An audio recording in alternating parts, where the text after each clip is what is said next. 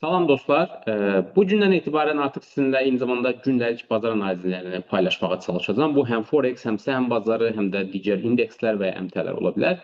Və o cümlədən aram-aram kriptolarda sizinlə paylaşacağıq. İlk öncə e, Forex bazarından başlayaq və Forex bazarından başlayarkən dostlar, biz bilməliyik ki, siz istənilən valyuta ilə ticarət edirsiniz, istər euro AUD olsun, istər nə bilim AUD CAD olsun, euro, yena olsun və s. nə olur olsun. Siz ilk öncə dolar indeksinə nəzər salmalısınız. Çünki dolar indeksinin hərəkəti bütün digər valyutalara ciddi mənada təsir etmiş olur. Bu baxımdan ilk olaraq dolar indeksindən başlaya bilərik. Çünki dolar indeksində əslində bu gün nə gözlənilir? Ümumiyyətlə trend hansı yönədir? Bilirsiniz dostlar, 17 sentyabrdan bəri əslində federal ehtiyatlar faiz dərəcəsini 4,5-dən 4,25-ə endirmiş oldu və həmin tərəfdən etibarən əslində dollarda yüksəliş başladı. Dolar indeksinin özü 2025-ci ilin yanvar ayından etibarən enişdə idi və 17 sentyabrdan etibarən diqqət etirsəniz sərt bir yuxarı yöndə, yəni bu tərəfdən etibarən korreksiya etmiş oldu. Hardasa 95 səviyyəsindən deyək, yüksəldi, 99 səviyyəsinə qədər təxminən yüksəlmiş oldu, diqqət etirsəniz. Lakin federal ehtiyatlar deməli keçən həftə yenidən açıqlama verdi ki, biz ümumiyyətlə bu il ərzində faiz dərəcəsini yenidən azaltmağı düşünürük. Federal ehtiyatların rəhbəri Jeremy Powell eyni zamanda növbəti illərdə də faiz dərəcəsini aşağı salacaq və həmçinin də quantitative tightening, yəni bu bir var quantitative easing var, bir də var quantitative tightening. Quantitative tightening o deməkdir ki, bu bond alışını belə deyək də azaltma ilə, daraltma ilə bağlı siyasəti artıq yumşaldacaq. Bir mənada sadə dillə desək, bazarda əslində likvidliyi artıracaq anlamına gəlir. Federal ehtiyatların rəhbərinin dediyi bu idi. Bazarda pul kütləsinin belə deyək də likvidliyi artıracaq. Likvidliyi də təbii ki, siz artıranda bir mənada pul kütləsini, yəni dolları bazarda artırmış olursunuz. Bu da dolayı yolla təbii ki, dolların ucuzlaşmasına səbəb olur. Və diqqət etirsəniz, əslində bu sistemdə 15 oktyabrda dollar indeksinin satış siqnalı formalaşdı. Çünki həmin günün birinci dəstək səviyyəsinin altına bağlandı qiymət və həmin tarixdən etibarən dollar indeksində eniş davam etməyə başladı. Ümumiyyətlə, biz hal-hazırda dollar indeksi nə qədər ki, günlər üzrə birinci müqavimət səviyyəsi qırılmasa, yəni 98-245 səviyyəsi bu gün üçün qırılmasa, bazar onun üzərində bağlanmasa, biz hələlik dollar indeksinin aşağı gedəcəyini düşünürük. Çünki burada satıcılar güclüdür və hələlik dolların ucuzlaşmasını gözləyirik. Ümumi olanda isə, ümumi olaraq da uzun vədədə baxdıqda dostlar, bildiyimiz kimi Amerikan dolları, yəni borc problemini bunu artıq hər kəs bilir. 37 trilyon dollardır artıq və hər ildə 2 trilyon dollar artmış olur.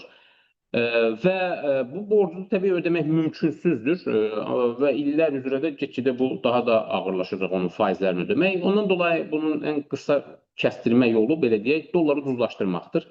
Dolları dəyərsizləşdirirsiniz və bu yolla bir mənada və dolları ucuzlaşdırmaq eyni zamanda dolların alım gücünü də azaldır və bu yolla bir mənada Amerika öz borcunu belə deyək də əritmiş olur yavaş-yavaş. Yəni o borc alanların, alacaqların belə deyək də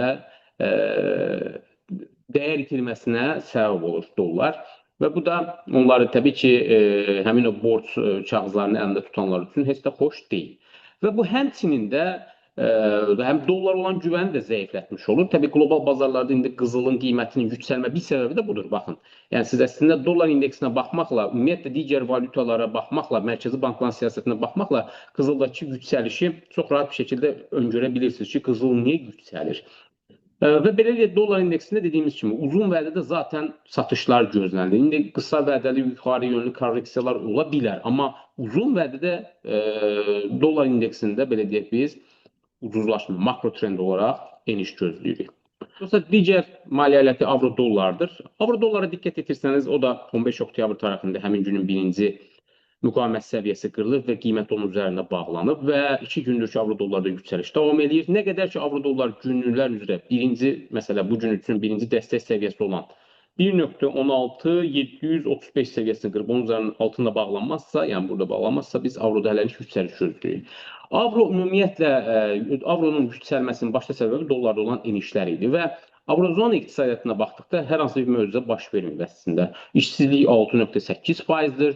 Digər ən önəmli faktor dostlar, misal üçün siz baxsanız Avropa Mərkəzi Bankının faiz dərəcəsi 2,40-dır, amma federal ehtiyatların faiz dərəcəsi 4,25-dir hal-hazırda. Arada 2 punktdan çox fərq var, aşağı-yuxarı belə deyək. 2 punkt fərq var, belə deyək. Buna rağmen dollar ucuzlaşır, avro isə bahalaşır. Yəni avrodakı olan yüksəliş isə dolların ucuzlaşmasından dolayıdır və dayanıqlı deyildir əslində. Çünki avronun bu qədər baha olması eyni zamanda avrozon iqtisadiyyatına bir mənada neqativ təsir, çünki onun ixrac potensialına belə deyək, problem yaratmış olur. Bu baxımdan biz avroda olan yüksəlişin məhdud olacağını gözləyirik, amma ümumən texniki analiz nöqteyi nəzərdən hal-hazırda qeyd etdiyimiz kimi avro yüksəlişdədir. Bir digər maliyyə aləti GBP-dir dostlar. Diqqət etsəniz GBP İngiltərə iqtisadiyyatının özündə çox ciddi problemlər var. Məsələn, 14 oktyabrda əmək məşğulluğu ilə bağlı xəbər açıqlandı. İngiltərədə işsizlik səviyyəsi 4,8% açıqlanmış oldu. Yəni hətta gözlənilənlərin üzərinə çıxmış oldu və belə deyək də GBP kəskin şəkildə ucuzlaşdı. Sonra Powell açıqlama verdi. Biz nə bilim faiz dərəcəsini azaldacaq və s. onunla bağlı. Dərhal dollar ucuzlaşdı və GBP həmin o enişi yuxarı yönlü korreksiya etmiş oldu və hal-hazırda GBP-də də 15 oktyabr alış siqnalı formalaşmışdı. Çünki birinci müqavimətin üzərində idi və hal-hazırda davam edir. Eyni ilə avroya qeyd dediklərimiz əslində GBP üçün də keçərlidir ki, GBP-də olan yüksəliş də bir mənada dolların ucuzlaşmasından dolayıdır. Yəni fundamental olaraq bu valyutaları həm avronu, həm funtu dəstəkləyən elə də iqtisadi belə deyək də güclü iqtisadi göstəricilər yoxdur əslində və bu yüksəliş bir mənada məhdud ola bilər. Təbii indi dolların ucuzlaşması nə qədər davam edəcək və federal ehtiyatlar həqiqətən inflyasiya yüksələrsə hansı addım atacaq, hələ ki biz bunları bilmirik. Çünki yer gəlmişkən Amerikadan açıqlanan son 2 həftədir Amerikada əmək bazarı ilə bağlı göstəricilər açıqlanmır, hökumət bağlı olduğuna görə və eyni zamanda inflyasiya göstəricisi açıqlanmadı və biz onları görə bilmədiyimizə görə trendin hansı yönə gedəcəyini dəqiq təyin edə bilmirik. Çünki əgər biz görsək ki, əmək bazarında müsbət tendensiya var, inflyasiya yüksəlmək istəyir. Bu o deməkdir ki, federal ehtiyatlar deməli faizi azaltması söhbətini biraz belə deyək, gecikdirə bilər. Çünki inflyasiya artırsa, Fed adətən inflyasiyaya daha diqqəti ayırır. Görsək ki, inflyasiya artmır, əmək bazarında həqiqətən neqativ tendensiya, yəni işsizlik səviyyəsi Amerikada 4,3-də qalıbsa, bu deməkdir ki, mütləq şəkildə federal ehtiyatlar faiz dərəcəsini azaltmış olacaq ki, bu da tədricən dolların ucuzlaşması GBP-nin və avronun bahalaşması anlamına gəlir dostlar. Golda baxaq. Gold ümumiyyətlə möhtəşəm performans göstərdi. Gold hər gün yüksəlir və tarixdə ilk dəfə olaraq 29 trilyon dollar belə deyək, market capitalization-a çatmış oldu. İndi burada çox önəmli bir nüansı sizinlə paylaşmaq istəyirəm. Məsələn, baxsanız bəzi analistlər və sahibi çoxsu deyir ki, əslində gold yaxşı bir maliyyə aləti deyil. Niyə görə? Çünki onun gətirisi azdır. Yəni məsələ tutaq ki, səhm bazarına yatırım etsəniz, tutaq ki, S&P 500 indeksinə yatırım etsəniz, il ərzində 10% bu sizə pul gətirir və yaxud da nə bilim başqa ETF-lər və s. alsanız ildə məsəl üçün bu qədər gətirir, 9% gətirəni var, minimum risklə də ya 5% gətirəni var. Amerika xəzinə kağızda məsələn 5% gəlir gətirir. Qızıl deyirlər 8% bu il ərzində gəlir gətirir ki, bu da elə də böyük bir gəlir sayılmaz. Yəni qızıla investisiya etmək o qədər də maraqlı deyil. Belə tənqid edənlər var. Amma burada bir önəmli bir nüans var dostlar.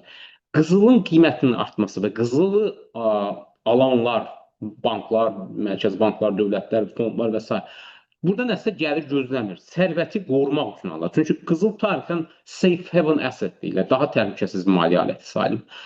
Və indi artıq bunun populyarlaşması da ona gətirib çıxardır. Çünki Amerikanın borc problemini hər kəs bilir və Amerikanın borcunu ödəyə bilməyəcəyini hər kəs bilir və indi hal-hazırda Amerika çalışır ki, təbii bu borcu bir yolla həll etməyə çalışsın. Trump ilk öncə dedi ki, okey, mən bu kağızların müddətini 100 illik müddətinə, yəni 100 illik istiqrazlar buraxaq və s. yəni uzadaq. Ona bir çoxu təbii ki, insanlar razı olmadı, getməz. Dövlətlər də 100 illik kağız alıb da gözləməz. 100 il sonrasa mənim deyək də, mən 100 il sən mənə faiz ödəyəcəksən, 100 il sonra mən öz vəsaitimi geri alacağam. Bu biraz absurd oldu. Sonra kripto planı ortaya düşdü ki, indi kripto rezervi yaratmaq istəyirlər və bilirsinizsə, məsələn, USDT və USDC-nin arxasına da onun xəzinə bondlarını əlaqələndirdi ki, əgər siz məsələn USDT, USDC kimi bir valyuta, kripto buraxmaq istəyirsə, stable coin. Onun arxasında Amerikan xəzinə kağızları olmalıdır bir mənada, bir dəyər daşıyıcı bir şey olmalıdır və bu yolla həm xəzinə kağızlarına tələb yaratmaq istəyir və bu xəzinə kağızlarına tələb yaratmaqla eyni zamanda dolların da rezerv valyuta statusunu qorumaq istəyir. Amma dediyim kimi artıq hər kəs görür ki, Amerika dolları durmadan ucuzlaşdırır. Bu da dollarının alım gücünü azaltmaqla əslində dünyayı inflyasiyaya ixrac etmiş olur və belə olan halda da təbii ki, investorlar dərhal qızıla meyl etmiş olur ki, öz sərvətlərinin dəyərini saxlayıb, qoruyub saxlaya bilsinlər. Çünki siz qızılla istədiyiniz kimi oynaya bilməzsiniz. Bu bir mənada eyni zamanda inflation hedge hesab olunur.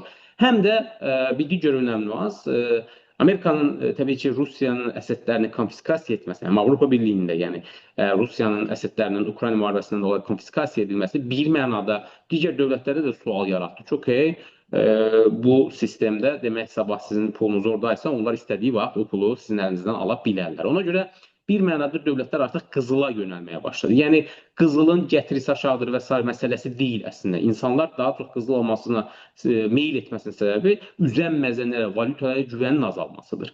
Və əlavə olaraq bu hələ məncə yüksələcək. Çünki qlobal borc problemi dünya boğaza qədər borc içindədir. İstər Amerikası olsun, istər Yaponiyası, istər Çini, İngiltərəsi, Fransada ümumiyyətlə fəlakətdir. Boğaza qədər borc içərisindədir. Bu borc da bir yerdə ödənilməlidir. Yəni siz borc üzərində iqtisadiyyatı böyüdə bilməzsiniz. O baxımdan qızılın yüksəlməsi çox məntiqlidir və qızılda hər aşağı yönlü korreksiya əslində alış yönümlü fürsətlər yaradır. Və məsələn bəzi analitiklər, məsələn Jim Rickards var, o hətta 2010-cu ildə belə qızılın qiymətinin təxminən 10 min dollara qədər yüksələ biləcəyini qeyd edirdi və görünür ki, adam aşağı-yuxarı haqlı çıxmağa doğru gedir. Bu baxımdan dostlar, texniki analiz nöqteyi nəzərdən də qızıl yüksəlişdədir və nə qədər ki, gün üzrə həmin günün birinci dəstək səviyyəsi olan 4240 dollar səviyyəsi qırıb onun altına bağlanmazsa biz qızılda hələlik yüksəlişi gözləyirik. Burada da diqqət etsəniz bizim sistemimiz əslində qızılda olan yüksəlişin necə proqnoz edir. Məsələn, baxın, burada aşağı bir korreksiya olub. 2 oktyabrda birinci müqavimətin üzərində bağlanıb və qızılda həmin yüksəliş davam edib. Sonra 3 gün davam edib. Sonra 9 oktyabrda bir aşağı yönlü korreksiya etdi. Dəstəyin altına bağlandı. Lakin yenə də Trumpın Çinə tarif tətbiq edəcəyi açıqlamasına bağlı sərt bir yüksəlişinə 13 oktyabrda yenə müqavimətin üzərində bağlandı, yenə yüksəlişə keçmiş oldu. Yəni qızılda satış əsla indiki momentdə çox təhlükəlidir, amma nə vaxt ki müqavimətin günlər üzrə birinci müqavimətin üzərində bağlanırsa qiymət, bu əslində alış üçün siqnal deməkdir. Və ən yaxşı giriş mövqeyi də əslində qızıl bir aşağı korreksiya edəndən sonra yuxarıda birinci günlər üzrə müqavimət üzərində bağlanırsa, həmin momentdə biz əslində qızılda alış açmağımız böyük bir fürsət yaratmış olur. Dostlar, S&P 500 indeksi də əslində bilirsiniz tarixin ən yüksək zirvəsinə qədər yüksəlmiş oldu və S&P 500-dəki yüksəlişin ən böyük səbəbi əslində bazarda olan likvidlik idi. Və hal-hazırda bir çox analitik bazarın yenidən yüksələcəyini gözləyir. Lakin bu sərt enişin səbəbi bilirsiniz Trumpın Çinə tarif tətbiq edəcəyi ilə bağlı açıqlaması kəskin düşüşə səbəb oldu və ondan sonra əslində bazar bir mənada range içərisindədir. Bazar gözləmə mövqeyindədir.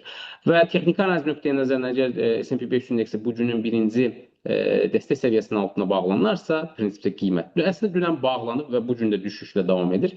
Bu gün də birinci dəstəyin altına bağlanarsa, yəni 6610 dollar səviyyəsinin altına bağlanarsa, S&P-də hələlik aşağı yönlü korreksiya gözləyə bilərik. Lakin makro səviyyədə bir çox analitik qeyd edir ki, hələ S&P 500 indeksi yüksələcək, çünki federal ehtiyatlar bazarı likvidliklə yenidən təmin edəcək. Həm də bir mənada özəl bankların Nasdaq birjasının, özəl bankların belə deyək 3 trilyon dollar rezerv vəsaitləri var ki, bunu da bir mənada bazara daxil etmək istəyirlər. Eyni zamanda Nasdaq birjasının tokenization məsələsi var. Digitallaşmaq istəyirlər. Digitallaşdırmaq istəyirlər Nasdaq birjasını və Nasdaq birjasının tokenləşdirilməsi də bir mənada əlavə likvidlik gətirmiş olacaq ki, bu da düşünülür ki, bazarın yüksəlişinə səbəb olacaq. Lakin burada önəmli bir nüans var. Bir şey qeyd etmək lazımdır. Okey, federal ehtiyatların bəli, likvidliyi artıracağı bəllidir. Bazarda ümumiyyətlə likvidliyi artacaq, biz bunu bilirik.